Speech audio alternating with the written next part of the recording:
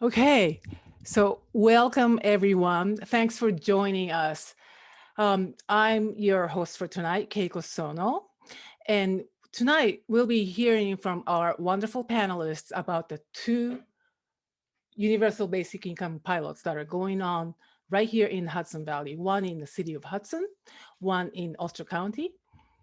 And after that, we're going to open up the discussion and we're going to be imagining what kind of a world we can build with a truly universal, unconditional, and permanent basic income. So let me introduce to you wonderful panelists. Um, Ulster County Executive Pat Ryan is a fifth-generation Ulster County resident who won the special election in April of 2019 and was re-elected in November of the same year. He has had a very busy and successful year handling the pandemic in Ulster County, from running meal delivery services to administering vaccines to our residents. Mayor Kamal Johnson was elected to serve as the mayor of Hudson, New York in 2019. He made history as the first Black mayor of Hudson, and at 34 years old, the youngest. Upon entering office, he was immediately faced with the issues posed by COVID-19.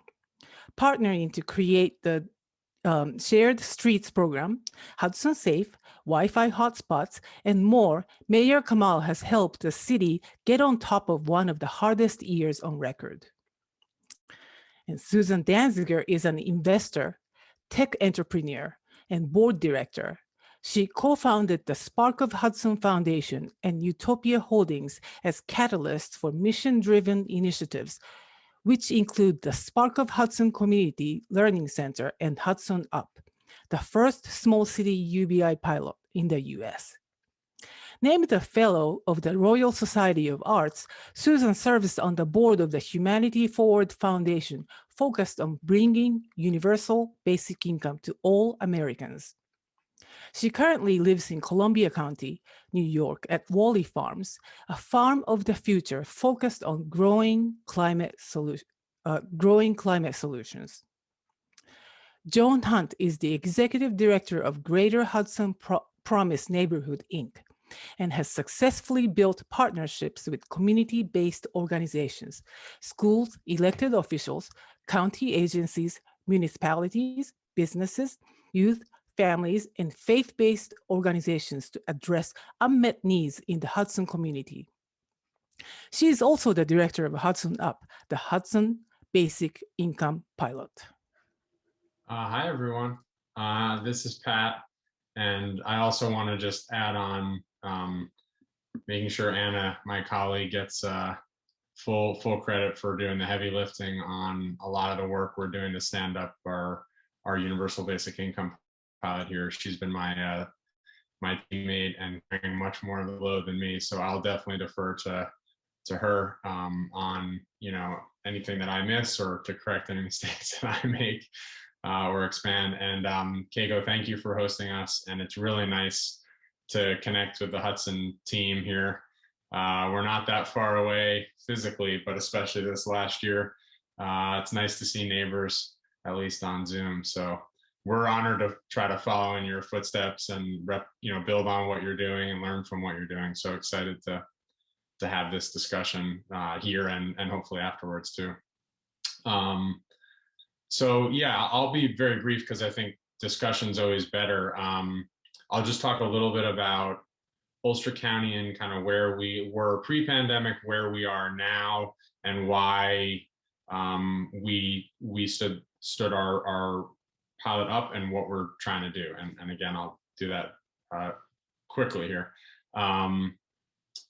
So Ulster County, most of you probably know, but for those who don't, we're between 75 and 100 miles north of New York City, really in the exurban part of the city, and pretty rural, more than folks might imagine who don't know the area all that well. Our biggest city is Kingston, and we have the rest of the area is predominantly rural. I think most important to this discussion, even before COVID, we had deep, deep inequality in our county, and we had more folks than not who were already living paycheck to paycheck, struggling to provide for their families, provide for themselves, relieve this sort of pressure and weight that I think so many people in our country have been feeling for a long time, if not their lifetimes. And then the pandemic hits, and for those that were already under pressure, it was almost unfathomable challenges and anxiety and fear, uncertainty. And so in the midst of making a bunch of public health decisions that we had to make that were difficult, we also immediately understood for everybody there were going to be economic impacts, but especially for those that were most vulnerable and already under such pressure. So we tried to get creative as we could with the budgets that we have, and think of a bunch of different ways to help people. Early on, we started something called Project Resilience within the first week or two of COVID. And at first, we thought that food was going to be the most urgent problem. We knew our current sort of food support system and safety net would not meet the need. And so we tried to get creative and raised community funds to pay local restaurants to make meals and then hand deliver those meals to vulnerable people in the community. And we delivered almost 500,000 meals, and Anna also quarterbacked that effort, by the way. Coming out of that, we got in touch with all of these families and people that for the first time ever, for many of them, they were raising their hand and saying, we need help. And many of them said, we've never had to ask for help or never felt like we could or should. But we created a situation where people, I think many people felt like they could ask for help in that moment. And in doing so, it really opened our eyes even more to how great the need was and how everybody just needed some degree of slack from a financial perspective, and from a human and moral perspective, they really needed to know somebody cared about them and was willing to drive a meal to them or call them. So the catalyst of the pandemic for us really is a lot of what drove us to do our universal basic income pilot. And so we started looking around. We looked to our northeast to Hudson. We looked to other parts to the West Coast, to Stockton, and to other places, and said, we can all recognize our current systems are not working even before the pandemic, and they're really not working now. So we have to get creative, but we also have to maintain our compassion as we do that, and really be thoughtful. And so we reached out to some of the leading researchers and studied what was happening and said, let's try this. Let's use our philanthropic dollars that we have left to try what I think is really, the word that I think of for UBI is elegant. It's simple. It's a straightforward and elegant, simple solution to this really complex problem, as the video just outlined. So what's different or unique about our pilot is that it's a county-wide pilot in a county of about 200,000 folks. We're really making an effort to capture all the different elements of the diversity of our community within our pilot group of 100 participating individuals and families, geographic, ethnic, and racial, to really make sure that we can understand and learn as much as we can and help everybody broadly. And so we'll start the payments next month. We're just finishing our selection and lottery process now. Again, we're providing 1 year of funding, so not as long as you all are doing in Hudson, unfortunately. At least we don't have the funding yet, although I hope we can get it. For 100 families, I think probably the most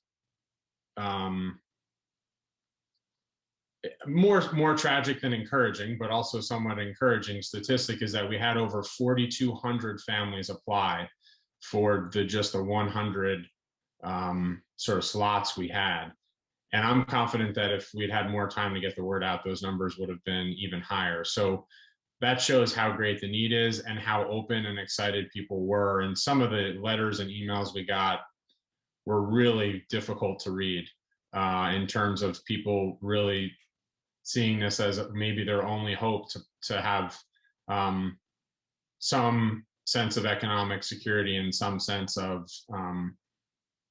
being able to provide. So in terms of where we're at, we're still sort of early in that we haven't even kicked it off, but we're very excited. I think our two main goals, probably like everyone in Hudson, are number one, help as many people as we possibly can, which isn't nearly enough, but it's a start.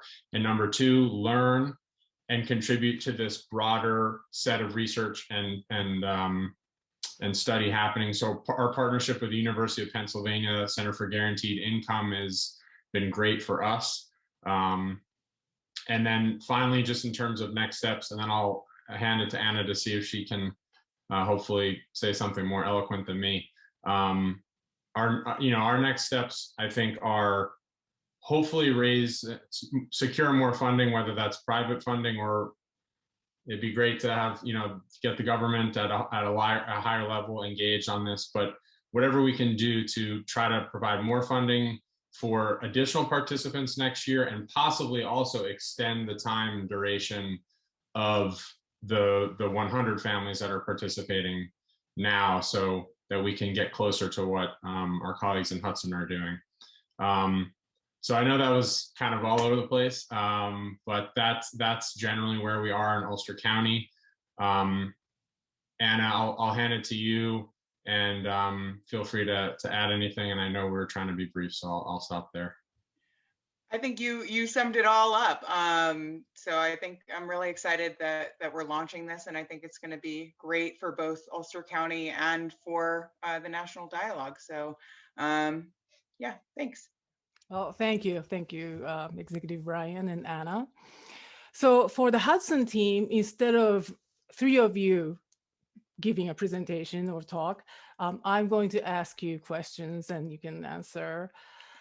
I will start with a really general one. So what is Hudson Up? How does your basic income program work? Well, I'll just chime in here. The idea behind Hudson Up is that there are 25 families who are currently receiving a basic income of $500 a month for a period of 5 years. So longer than Pat was saying. It's happening in Ulster, yeah, that's really the gist of it. There's no strings attached. It's unconditional. People can do with the income as they like. There is a study that's associated with it, but there's no obligation to participate in the study because everything is really voluntary. And we purposely are doing it because we want to make sure that people know that, this is money to be spent as they wish. We're not, we really want to simulate what a universal basic income would look like, and that's what it would be. And why Hudson? Why did you decide to do it in Hudson? Well, Hudson. Well, first of all, Hudson is an incredible city, and Mayor Johnson can certainly speak to how great a city it is. But from where I sit, Hudson represents all of or a number of the issues that any city or small city around the U.S. faces. There are issues of race, of education, of unemployment, and from where I sit, we figured that if we can figure it out in Hudson and we can prove that basic income works here, it can be a wonderful model for any small town across the US or the world. Yeah. What kind of sets this pilot apart from others is that it's the duration. 5 years, that's a long time. How did you come up with that? Joan, did you want to say something? Sure. Full disclosure, I wasn't part of the conversation that decided it would go 5 years. Okay, I'm sorry. Perfect. I saw you nodding, so I thought, oh, maybe.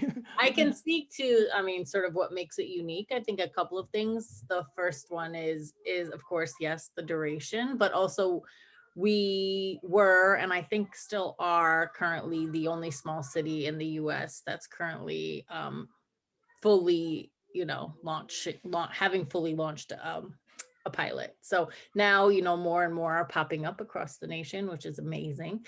But for a while, we were the only small city pilot. What is the definition of a small city? Like what population? In our case, we're talking about approximately 6,000 residents in the city of Hudson. Wow, I did not know that. That is small. Okay. A small town. I can speak to the 5 years though. We originally, we thought, we considered 1-2 year pilots because then we could reach obviously a larger number of people. But then we really realized, looking at pilots that were happening, that there were very few that that extended for such a long period so that people could really make life-changing decisions, right? If you do a pilot for just 1 year, you're always thinking, oh, it's going to end in 12 months. I can't really leave my job. I can't take a chance. I can't start a business. But with the duration of 5 years, there's a much longer time frame in which to really change your life, to go back to school, to start a business, to maybe stop work for a while, to go back, so when we really wanted to test that out, and I think, Joan, this is true, that this is probably the longest running pilot that's happening now, right? Yeah, that's really interesting. It's so great that there are two pilots going on in the Hudson Valley, and they're very different from each other. I mean, they're both in a pretty sparsely populated area compared to, like Stockton or other cities, but still, it's so great that they're so different in nature and in the methods.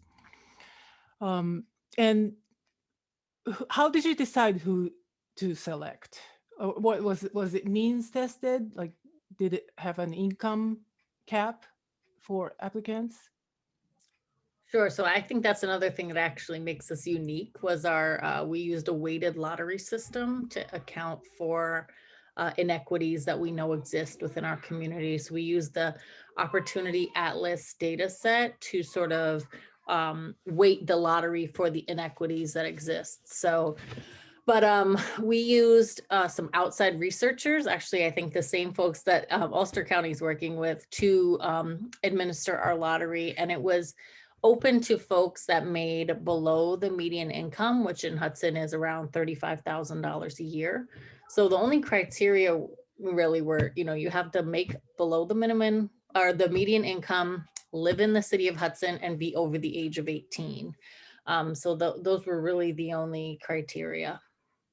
And what's interesting also is that as we were trying to figure out how the pilot would go, we went into the community and really we brought together an advisory council that included Mayor Johnson and other members of the community who run different organizations. And this idea of putting of having the lottery equity base actually came from Kwai Weidman of Kite's Nest, so it really was community based. And Keiko, you mentioned why Hudson. I mean, I think that one of the big reasons why this pilot is in Hudson is the work of Mayor Johnson and the fact that he was from day one when we approached him about it, was an amazing cheerleader for this pilot, and really has been from, throughout just incredible in facilitating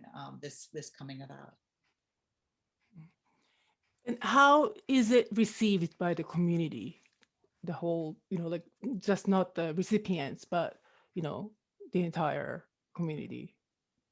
I think where we started from was from an educational purpose. So, I actually got to have a town hall with former presidential candidate Andrew Yang and kind of let people know what UBI is and what to expect. I think, when I was first approached about it, I was like, this sounds crazy.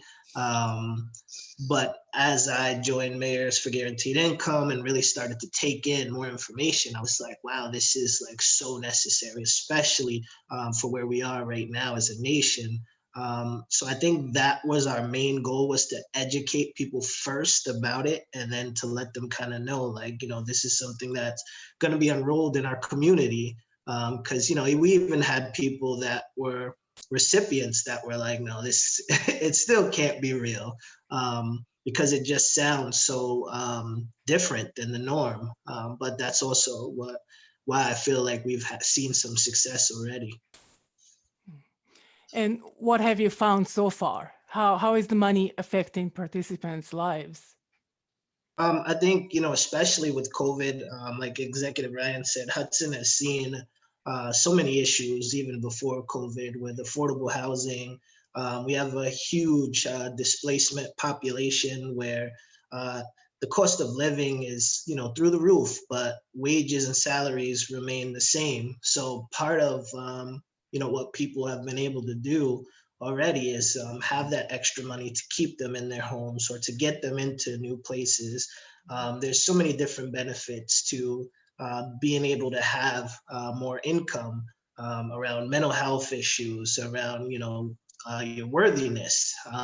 People always think that, if people are given more money or something like that, they're not going to work as hard, or that people who are in poverty are there because they don't work hard. For myself, I come from a single parent household with a mother who worked 2-3 jobs, who worked very hard, but just didn't have enough to get over that hump. So what universal basic income does is give you that little extra cushion to maybe scale back some hours so that you can be at the school meetings and you can be at your kids' events or different things like that, to be present in your household and also present in your community. And that's a lot of what we're seeing already. Yeah. One of the things about UBI is that, right now with all these pilots going on and the stimulus payments going out during the pandemic, people are pretty used to the idea of cash transfer, but it's still really tied to poverty and low income population. But the true universal basic income goes to everybody, right? Like from Bill Gates to every homeless person. And that's the concept that is really difficult for a lot of people to grasp, understandably. So I'm thinking that Hudson, for those in the audience who are not from around here, Hudson is a small city, but it's got a pretty big, deep, population in poverty, and there is this small population, not so small actually, a pretty big population of very well-to-do residents. So that gap is pretty visible, right? And one thing about UBI is, money is one thing, but the psychological impact, the dignity, human dignity is like a huge part of UBI, right? So I am really curious to see that part coming out from Hudson, because you have that pretty visible divide in the income classes. I don't know if you guys want to. Yeah, no, that's a great question. And our researcher is really qualitative in her approach with recipients. So she's doing long form interviews, really getting to know the participants and understanding exactly what you're talking about, how this impacts relationships with their family, how it impacts their engagement with the broader community, and what this is really doing to their levels of stress, like prior to receiving UBI and then after. So yeah, I mean, it's a great point, and I think it's one of the best things about this method of supporting people is that it doesn't have the stigma that many other programs have. It's really, it's grounded in the belief that people know what's right for them, that human beings, regardless of their income level, can make the best decisions for them and their families. And I think that is a really powerful component of UBI. And Joan, in the interview that you gave to, I think it was in Hudson Valley One, the newspaper, local paper, you said that you believe that a deep community engagement early on is very important. And you suggested like Ulster County and all other pilots, should consider that. What do you mean by that? So if a program, say if Hudson Up, if we just came in and said, we're going to do this program here, as Kamal mentioned this, Susan mentioned this, there's just a deep mistrust in anything new. I think that comes in, particularly something that sounds as good as UBI, right? So say if I'm a person that has been disenfranchised for most of my life and someone is trying to quote unquote sell me something or make me sign up for something, there's just a deep mistrust there. And so we found that even with the community advisory board that we created and, having deep relationships in the community through Mayor Johnson and other community-based organizations, we still found it pretty challenging to get people to really believe in this and to believe that there were no strings attached. They didn't have to pay the money back. And even when I made the notification calls to recipients, they were like, no, this can't be true. Like I've never won anything in my life. Like this can't be a real thing. So that is just the importance of community engagement early on, is to try to mitigate that as much as possible and to get as many people entered into the lottery as possible. So yeah, that's what I meant by community engagement. Okay. Oh, that must be wonderful. I have to do a shout out to Joan and her team. They've just, Nicole, who's the associate director, pilot director, they have just done such a phenomenal job in getting this pilot up and running and earning the trust of the participants and getting them all enrolled. I mean, it's a Herculean, you'll see this in Ulster County. It is a Herculean task to actually get this up and running. I don't know, Joni, if you want to talk a little bit about what it takes, because I think none of us had any idea of the amount of work that was involved. Not to scare you, Pat and Anna. Yeah, so I think we did spend significant time onboarding each participant to just do a full overview of the program, of the potential impacts on benefits, of what the options were if it were to impact their benefits.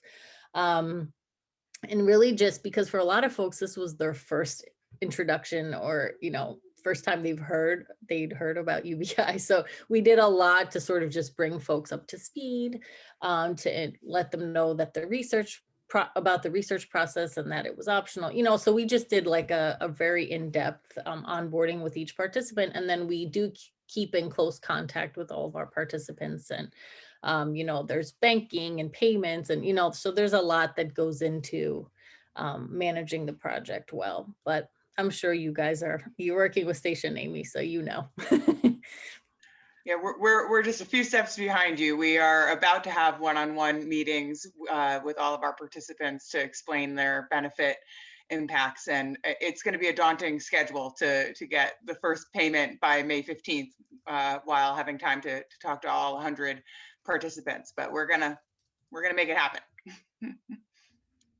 Actually, and one thing I want to comment, which I thought was super interesting, and I'm glad to hear that you're you're distributing payments on the 15th, which is what we do in Hudson Up, because if you give payments on the 15th, that covers them at the end of the month when people are usually stretched. So it's a really, beginning of the month, people are usually more flush, but that like last 2-week period is the schedule that we've adhered to.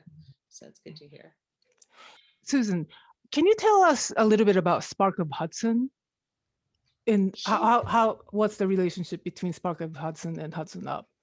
Yeah, sure. So Spark of Hudson is a community learning center that, we're physically building the building in Hudson as we speak. We have temporary space there, and it's really a center to try out different kinds of projects like Hudson Up, to facilitate and support actually existing community organizations and initiatives. We're looking at such initiatives right now as local currency, community solar, things that we feel are important for small cities to focus on in order to be truly independent. And Spark of Hudson is really our way to engage with the community and support, mainly to support the efforts to make the community as great as it can be. And there's no shortage of talent and ideas in Hudson, and we're just really there to listen and support them. Great. Oh, thank you. Okay, so before we open up the discussion to imagine what we can really do for the community, because it's not just about pilots. The pilots are to, lead us to universal basic income. So what does that mean? I just want to acknowledge that this is a really special moment for me, of course, because I've been supporting UBI since 2016. And for all of us in the UBI movement, many of you are in the audience today. I love you guys. Let me just set this up. So I just want to acknowledge how significant it is that we have more than 40 municipalities committed to pilots. President Biden's relief bill included the third cash payment to most citizens and a child tax credit, which is essentially a UBI. Furthermore, 21 senators have signed a letter to urge the president to include recurring stimulus checks, and former White House economic advisor Larry Kudlow said this. This happened last week. We are looking at a universal basic income plan before this is all said and done. I nearly had a heart attack when I read this. I mean, this was just completely unthinkable. So these are happening in large part because of the grassroots actions that the supporters took under the leadership of organizations like Income Movement, Humanity Forward, and Fund for Humanity. Anna, if you can just drop the links to those organizations in the chat, that'll be really great. They have kept a laser focus on legislators, and it's amazing to see it working. So thank you, all of you, Kimberly, Catherine, Liz, Giselle, in your Income Movement and Fund for Humanity. So thank you. And so now it feels like we're at a point where we can look ahead and start imagining what this world would really look like with a UBI.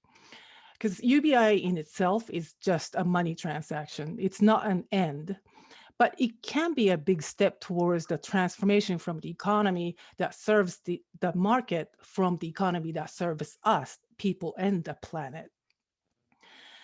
The results from the multiple pilots show significant positive impact on the well-being of the individual recipients. It takes the stress off, the health improves, in all over, it's got positive impact. But we don't know that much about the macro effects yet, right? Cash in the hands of every citizen would generate really complex and dynamic repercussions, which are almost impossible to predict.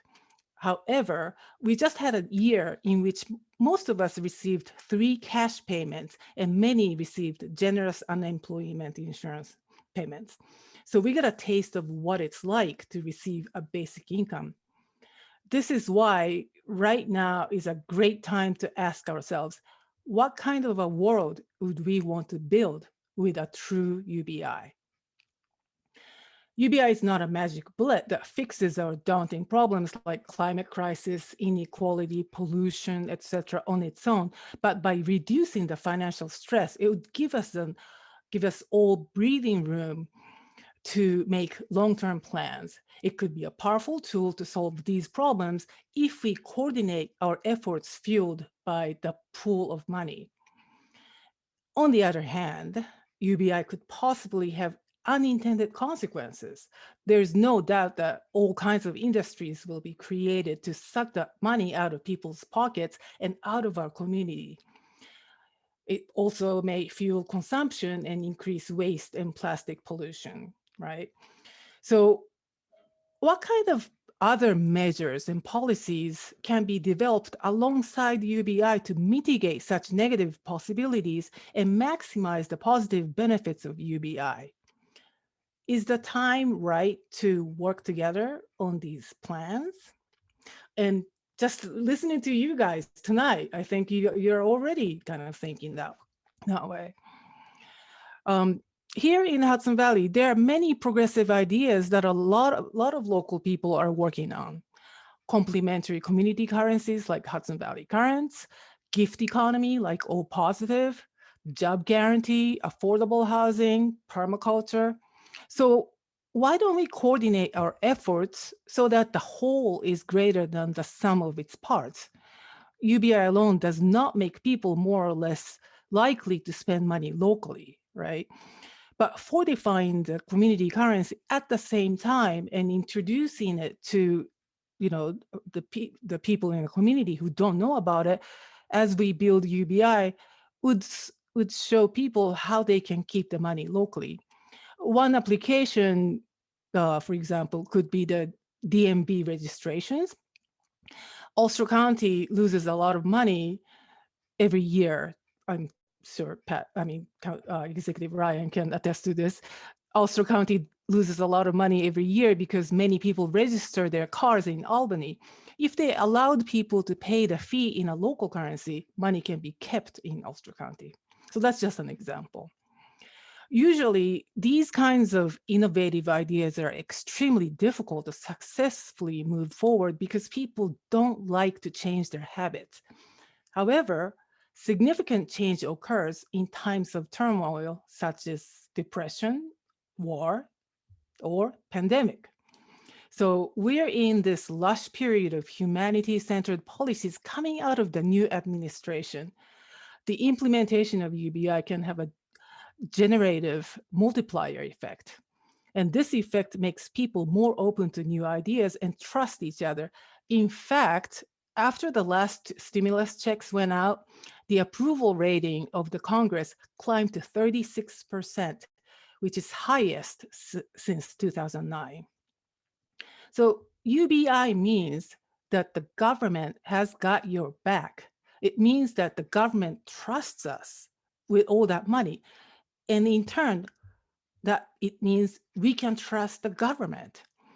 But as history shows, those windows where people stay open-minded won't stay open very long, right? So this is why I am proposing a community engagement program around these pilots that asks people, not just the recipients, but the community as a whole, that asks all of us, what kind of a world would you want to build going forward? Because UBI has such a unifying effect. Like I said, people get used to everything. So once people get used to it, that unifying effect is going to go. But when we are building this, people will have much more open and, unifying,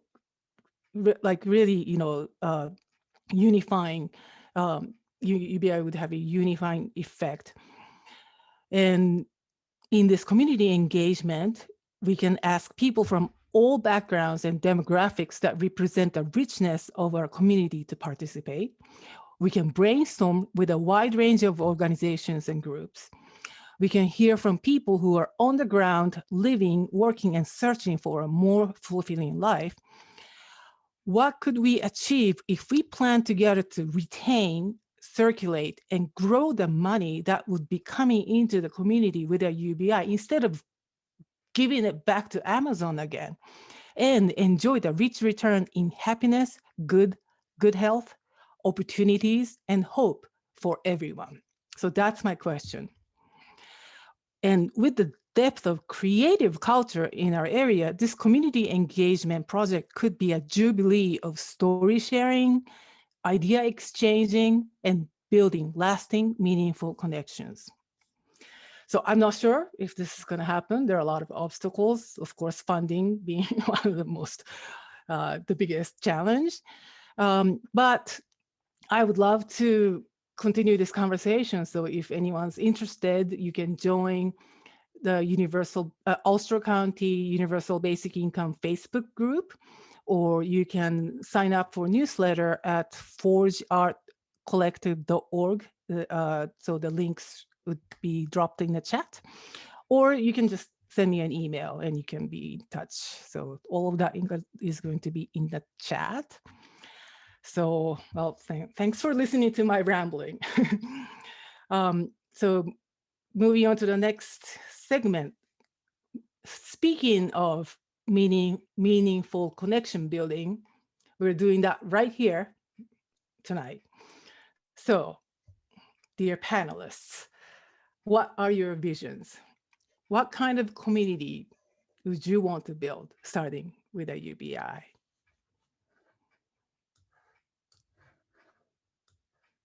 Any of you panelists?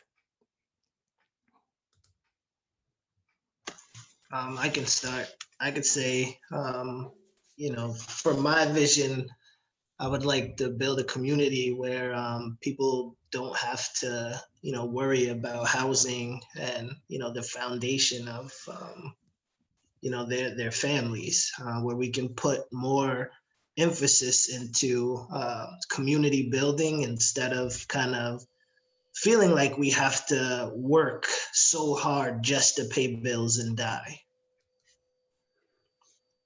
Yeah, absolutely. Just to build on Mayor Johnson, I think, it's a little bit of a cliche, but in my mind, it's kind of go from survival mode to thrive mode.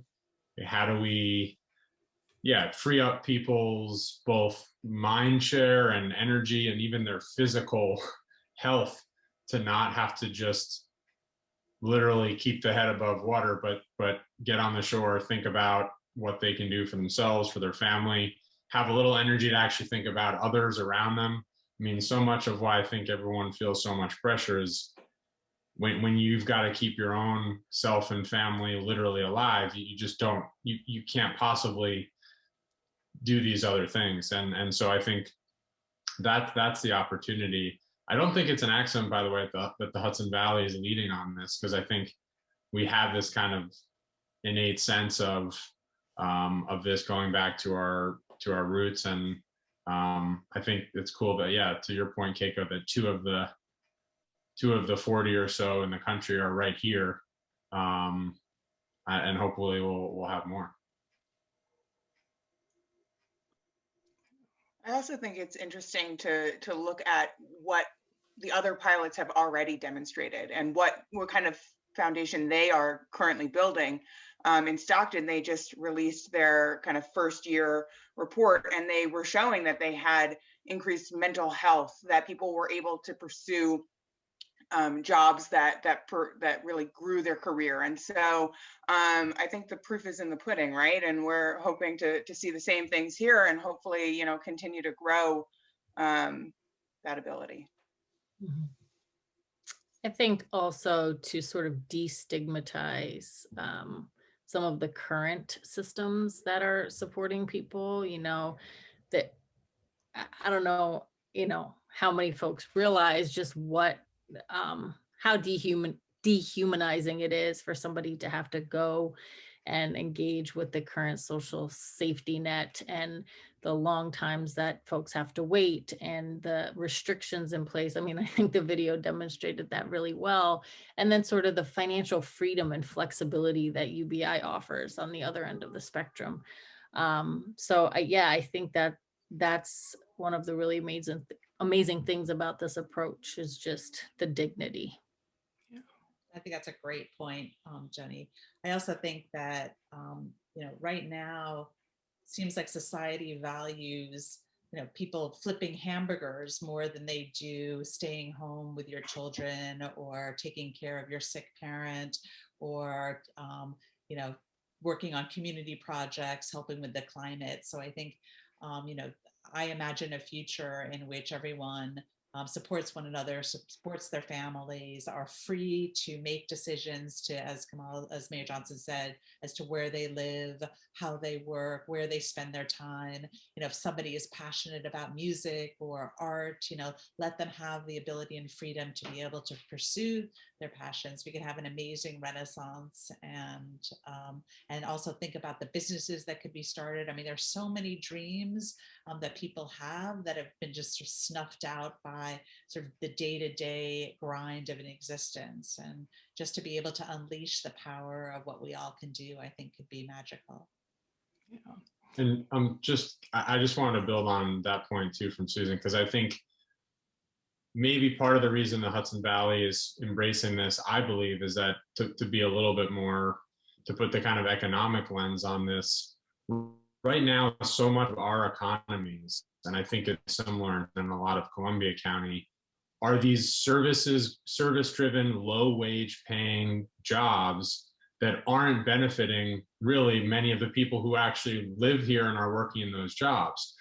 And by implementing something that gives people that slack and that opportunity to think and be creative and try something new, it could actually position us to sort of move into this next phase of whatever our economy is going to look like and be leaders in it, and actually have new businesses start, new not-for-profits or organizations, or even new models of how to provide, services and earn a living.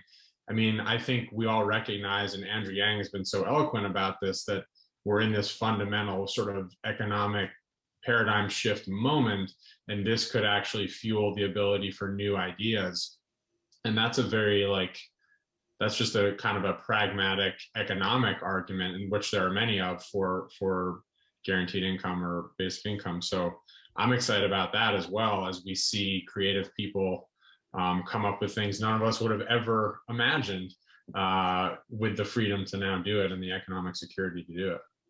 Yeah, absolutely. And Ulster County is really great because we're so full of creative people.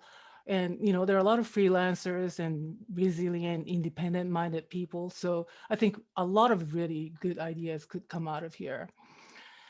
Another thing that I really love and expect from UBI is the empowerment of women. It would really help, women who are in terrible relationships or terrible, single mothers or stay-home mothers. And women, I mean, I don't mean to make a generalization, but, in so many volunteer groups, you see more women than men. And women work really, really well together. Like income movement is like so many of people are women. And, a lot of us really don't get credit or financial compensation. And, we have kids, we have, we're juggling all kinds of things.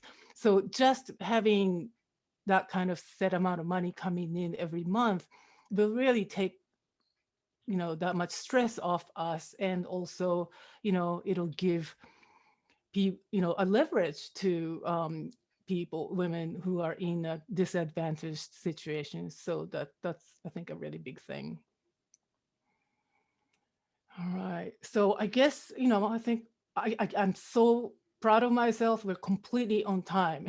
So we can open this up to Q&A. But before we do that, I just want to give a shout out to a few people in our audience, because like I said, our community is full of great organizations and great individuals. We have today, we have Reggie Earls from Senator Hinch's office. So welcome. I hope you'll go back to your office and tell Senator Hinchey all about this. Helen Lesterling and Susan Grove from Good Works Institute. You guys are doing amazing things. And like I said, Kimberly, Catherine, Liz, and I don't know if Hannah is here from Income Movement, Alan Flowers from Citizens Action. Yeah, you guys are doing amazing things. Lynn Sakai in Indivisible Ulster. And I'm sure that there are a lot more of you out there. So thank you for being here. And also, I just wanted to give a shout out to my incredible interns, Olivia Menedesi, Jacob Rossi, and Jessica Radolski. You guys have been really great helping me prepare for this. Those interns are from SUNY New Paltz, so we just have amazing, great people here. And the rest of you in the audience, I know every single one of you here today, I know that you guys are all doing your share. So thank you for being here. Thank you for caring. Thank you for being who you are. And let's go get that UBI so we can solve the problems that lay in front of us. So on that note, I'm going to open up the floor for Q&A. And Anna, if you could do the honor of being the host from now, I'm going to disappear in the background and I'll be just typing all the answers to the questions in the Q&A box. Sounds good. Yeah, so I'll start reading some questions from the Q&A spot. So the first one is from Catherine Johnson. If the pilot outcomes are positive, what is the long range funding plan? Okay, I'm sorry. Who is that question? Oh, that is to anyone on the panel. I don't think people have been specifying who they want to hear from. I'll say for us, the short answer is honestly, we don't totally know. I think the hope is, in my opinion, that we show success kind of on the ground level, collectively and individually, and then we use that to make the case to those with a lot more resources than we do at the government level, whether that's state or federal, that this is something that should be adopted at much wider, if not universal scale. But I think, speaking for myself anyway, I think we're realistic that will take time and will require a lot of work by everyone to do it the right way. And speaking for Hudson Up, I think for us, or for me, I don't think the question is like if it's successful. I mean, this works and we've seen it work time and time again, pilot after pilot. In terms of a second cohort, we're looking to launch one, assuming we can get all the funds together and we have donors in place. It looking pretty good that we'll be able to do that. That's the plan as we speak. And I think it looks different for each community, until we get to sort of like a national policy, which then, it's funded through the government. But for example, in Rochester, New York, they're looking to fund their UBI using the tax revenue from the legalized marijuana industry. So there are creative solutions being proposed all over the country. And I think it just looks different in each community until we get to that more scaled up version. Awesome. So we have another question from Nancy. Okay. Let's see. Did you just answer that? Okay. Yeah. Is that why it disappeared? So I'm like, the question disappeared. Yeah, okay. Oh, and also I just wanted to give a shout out to Faye Koo. Faye, thank you so much for answering so many of these questions here. So she's one of the UBI supporters. All right, I will ask a question from Elizabeth Smith. Have any of the presenters thought about how their pilot will contribute to a full UBI? Do you think a full UBI is possible?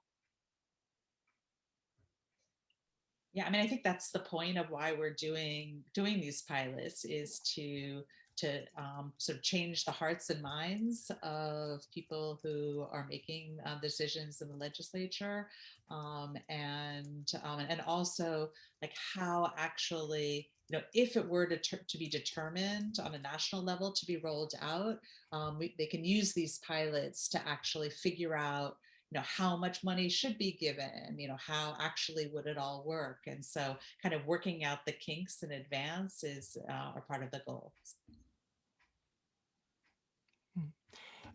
Susan, there's a question here about Hudson program. Tom asks, will the Hudson program be issuing ongoing reports? I'm going to let Joni answer that one. Yeah, so our research team came on board earlier in the year. And we just actually had our first preliminary sharing of the initial, we don't want to call them findings yet because it's too early, but some of the initial themes that surfaced from round one of the interviews. And so we will be doing annual reports in that way, just kind of sharing updates with the community. And so, yes, we will be having sort of regular, and then the long-term sort of one of our deliverables will be a book that our researcher is writing on the Hudson Up pilot, which will sort of, you know, demonstrate the whole 5 years and sort of how the lives of participants have changed over the 5-year course of the project.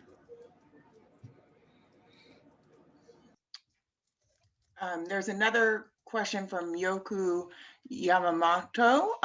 How does UBI apply to every taxpayer, or is it anyone including dependents? So again, I think this looks different for each community, especially during the period of pilots, right? So we in Hudson, as I shared, you know, it was open to anyone who was over the age of 18. Didn't matter how many kids you have, whether, you know, we actually even opened it up. 2 people in the same household could potentially have applied or entered into the lottery. And that kind of touches back on the point of like domestic violence situations or relationships where a partner was trying to leave the situation. So yeah, I mean, we only had 3 criteria, and it was under the median income, over the age of 18, and living in the city of Hudson. But it's different for everyone. And Anna, maybe you can jump in. I think we're, again, trying to emulate what other smart folks are doing. Similar approach where the sort of both no strings attached in terms of use of the funds, but also really making it as accessible and open and sort of welcoming actually as you possibly can in terms of people accessing the system. So we had a lot of questions about immigration status, for example, and really put a lot of effort into educating the community that is not at all a factor or a concern in terms of, you know, any retribution or anything like that. So we've, you know, lots of communities that would have those risks or those fears, excuse me. We've worked to actually proactively engage through other leaders on the ground that are trusted in those communities, which it sounds like, I think, is a lot of what you all are doing too. And I think that'll be an important takeaway of all of these pilots. I'm sure that the trust aspect here has to be built throughout and really refined throughout. Yeah. I have another question from Andrew B. Thank you, presenters. Can you please speak to the logistics of administering the pilot money? What software platforms are being used, and what databases for the recipients? Thanks. Sure. So in Hudson, we are using 2 methods to disperse the funds. One is a local credit union, Greylock Federal Credit Union. And most of our participants have an account with Greylock. And then a handful of participants that had challenges with setting up a bank account, they are using a prepaid card, so a prepaid debit card, and the funds are loaded onto that card on the same day every month. So that's how we disperse the cash. I'd be curious to hear how Ulster County's doing it. Yeah, we didn't mean to, but we did a very similar model. So we're partnering with Ulster Savings Bank to have a local banking partner. And so we haven't figured out how many people are going to sign up for what option yet, but these are the 2 options that we are going to be presenting over the next month. So we're working with them, and then we're also working with Steady, which is a software platform that can connect to other banks like Bank of America. So if you had some other existing bank and you wanted to continue that partnership, they would disperse the money for you to your existing bank account. And I should speak, I didn't answer the the database question. So we have 25 participants, so it's not some of these larger cohorts that you have to manage hundreds of participants. So it looks a little bit different for us. We're working mostly in spreadsheets for, secure spreadsheets. We take the confidentiality and privacy of our participants very, very seriously. So that is the platform that we're using currently. Yeah, I think we're doing similarly. We have a research fellow from UPenn who's doing a lot of the legwork to make sure that we are communicating with the participants and making sure that we're tracking how do they like to be communicated with. Does this person like calls on Saturday mornings, or do they like a text or an email? So she's going to be setting up a tracker to make sure that we are communicating effectively. Okay, so let's see.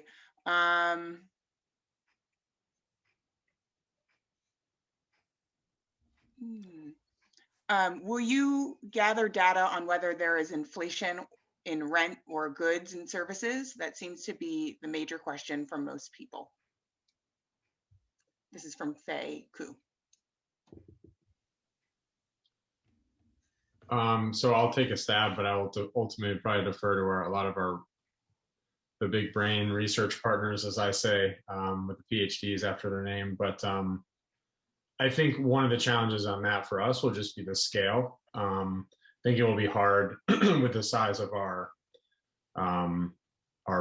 pilot sort of universe of people to really see whether there will be any sort of major things that we could measure.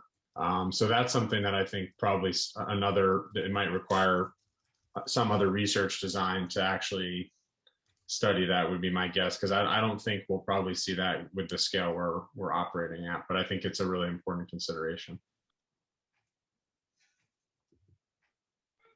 We're not looking at that in Hudson. 25 people.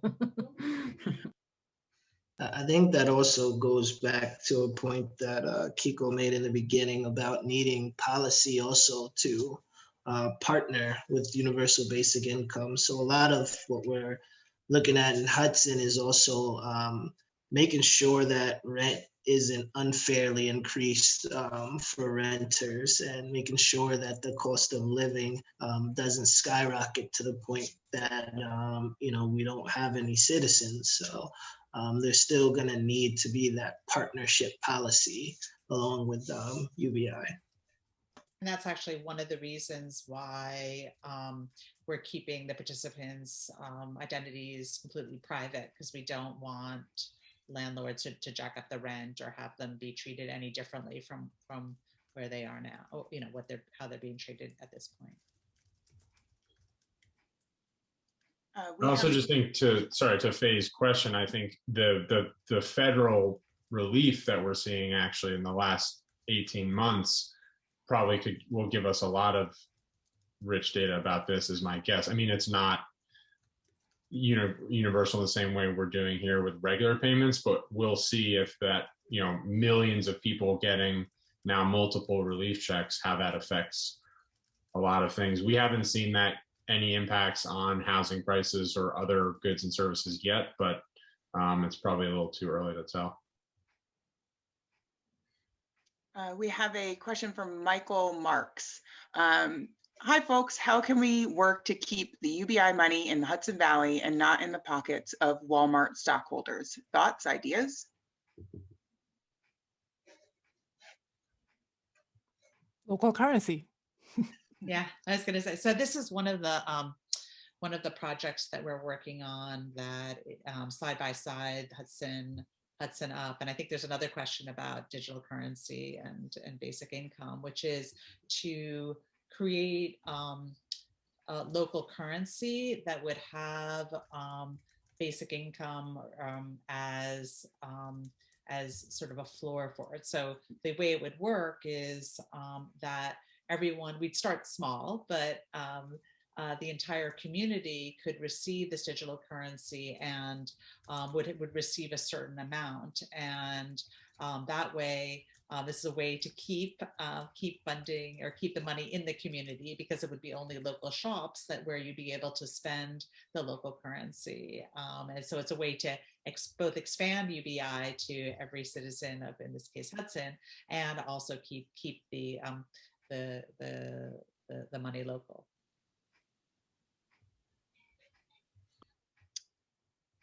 Okay, we have a question from Ryan J. Can we collaborate with artificial intelligence leaders and find a way to gather data on the returns on the investment of basic income?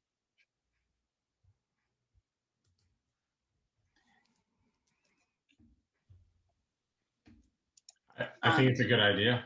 I don't know if any of us, I mean, one of the themes in a lot of these questions to me is we need more people looking at this and thinking about it and injecting sort of their ideas and questions, because that's a question I would have never, thought of, but it's a really good point. And so, Keiko, again, thanks for like getting this group together to have these kind of discussions. I think it sounds like both Hudson and Ulster County are largely focused right now on like the impacts on the individuals receiving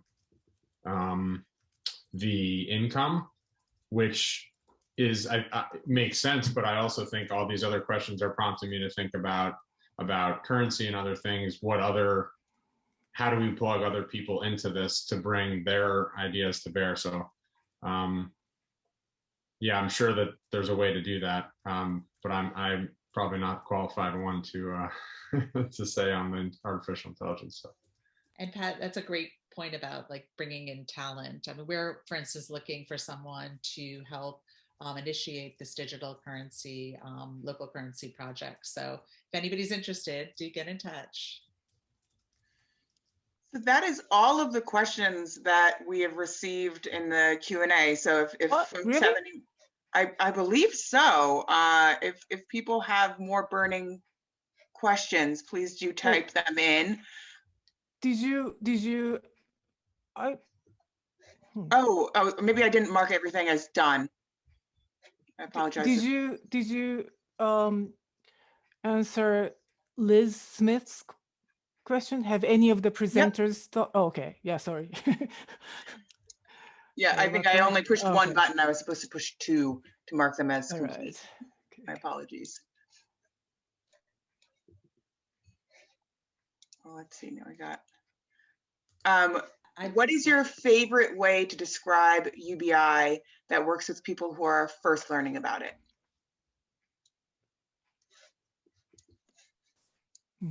Innovative. A great question. I sometimes I know it's really refreshing that this conversation hasn't harped on the deservedness piece, which is usually what, people that are first coming to UBI are questioning how people are going to spend their money and whether or not they're making the best decisions. And so that's kind of the angle that I take around economic and racial justice, around sort of just the dignity and worth of every person, and people being experts in their own experience and knowing and having what it takes to make those decisions for them and their families. So that's sort of the angle that I take. Yeah, I would go with trust. Really trusting people to make their own financial decisions, because every person has different needs, right? Maybe if you're living in a rural community and commuting an hour a day, you're spending more money on gas than if you live in a city and work down the street or on the subway. So, trusting people to make the decisions that they need. Okay. Just to add, I think a very practical way we can do this with literally millions of Americans is to say, did you get a relief check this last year or more? And what did you do with it?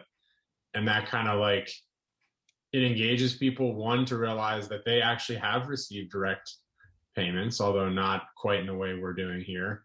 And two, to realize, yeah, I used that, and whatever it benefited me, to Anna's point, might be different for someone else, but it kind of at least makes it not feel like this theoretical thing, but it's something that we've actually much of the more than half of the country has already participated in something sort of like this. And that when I've brought it up that way, that's actually engaged people who I would have thought would have been more skeptical. So Laura had her hand up for a long time. Laura, do you wanna ask a question? You can talk now if you.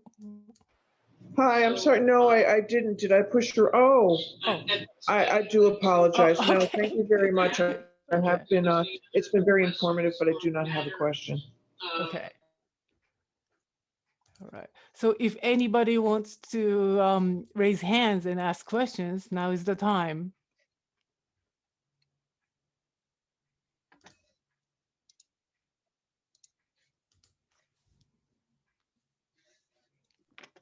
I'll ask a question of my colleagues. What else should we think about as we're a little bit behind you here? You know, what were some of your lessons learned so far that we could hopefully take to heart and implement?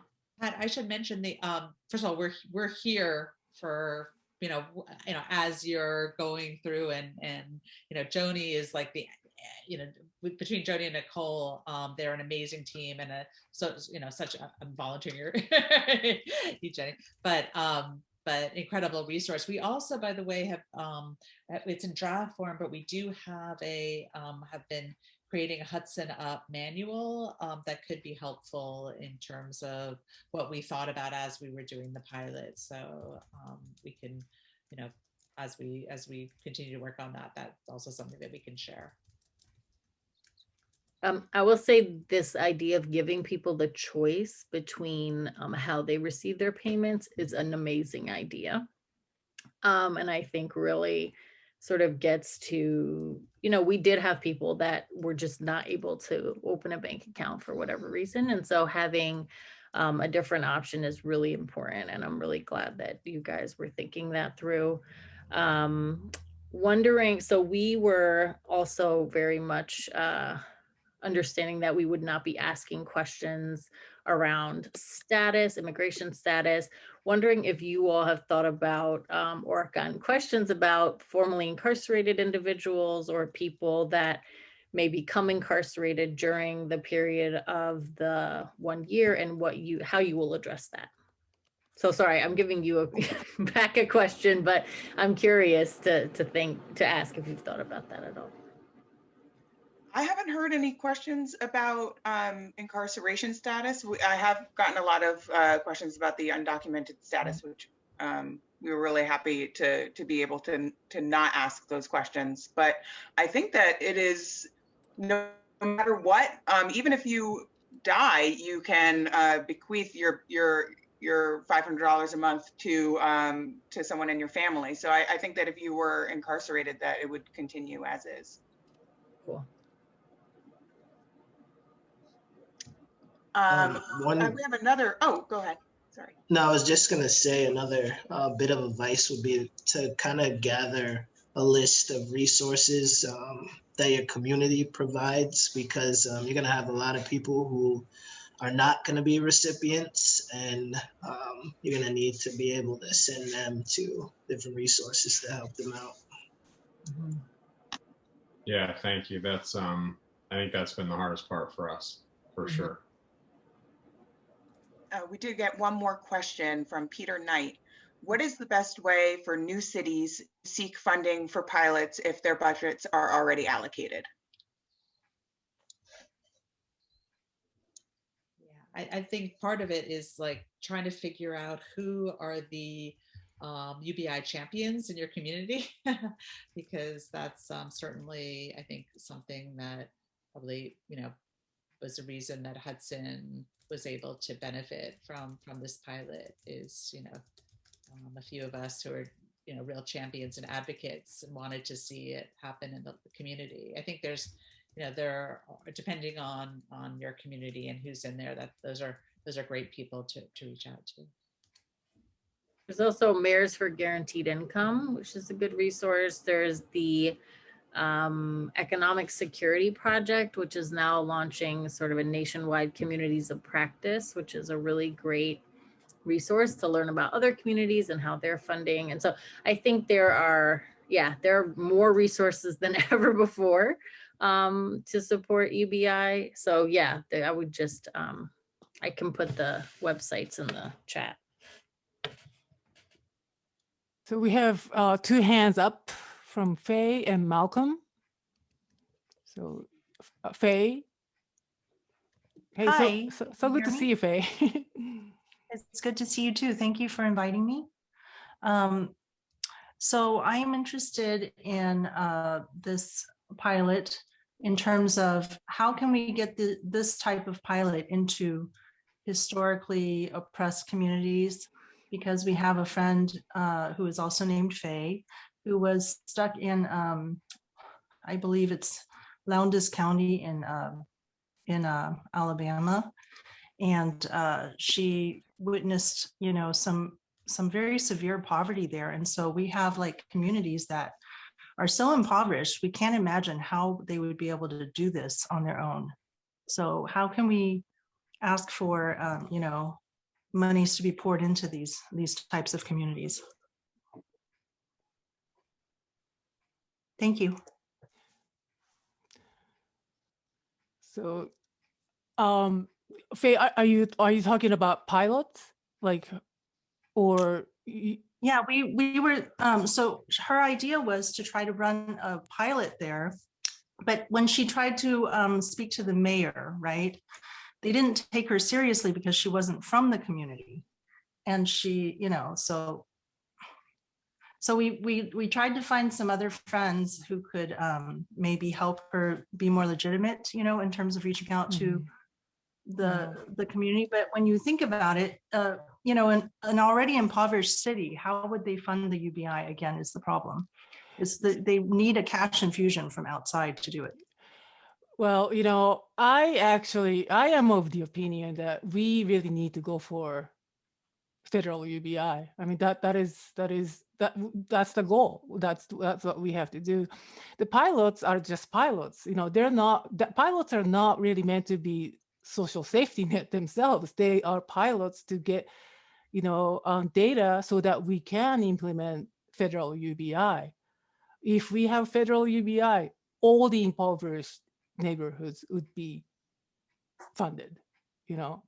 So that's true. So maybe you can't really run a pilot in this situation. We may have to call this, instead of the universal basic income pilot, we might have to change terminology and call it a qualified basic income pilot to represent what we're able to actually test. Yeah, that's a really good point. And, you know, among the UBI advocates, you know, that's one of the things that we've been saying, you know, like, can we even call these pilots the UBI pilot when it's clearly not universal? But my answer to that is that, well, these are pilots that will lead us towards UBI, but pilots in themselves, of course, they're not universal, you know, unless they can do a pilot of the entire town, you know, some small village. If we could like give basic income to every single resident of a small village, that would be something. But there's I think, oh, sorry, Susan, go ahead. I know there's a super interesting initiative going on in Germany right now where they're going there's a group of UBI advocates that are going state by state and trying to get on the ballot a referendum to conduct a pilot. So not actually just UBI rolling out entirely, but just a referendum for a pilot to test it out in that particular state.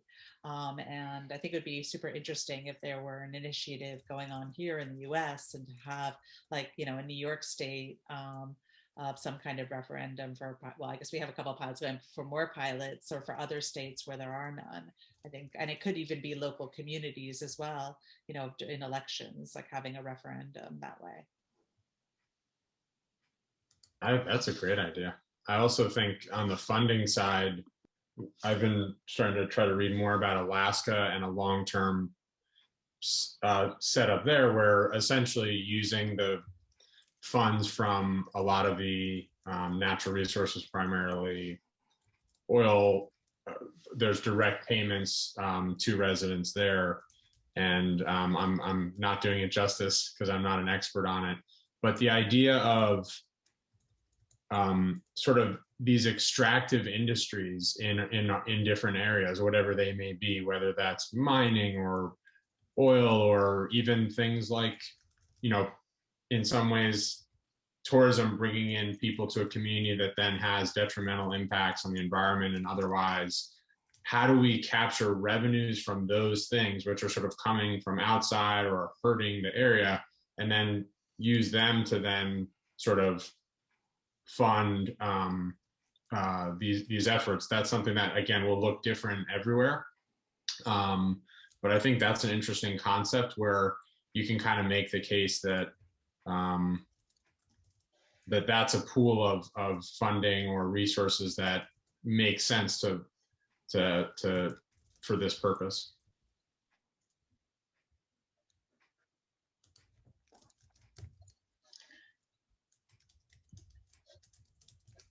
There are a few more questions in the chat, but I don't know how much more time we have. Keiko, do you know, do we have time for a few more questions? Yeah, do you want to, I'm just answering Ryan's question right now in the chat, in the question. So do you want to answer Helen's question? Sure.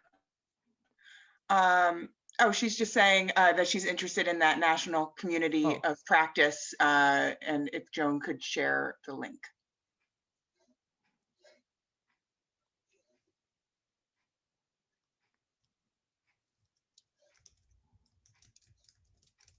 Awesome.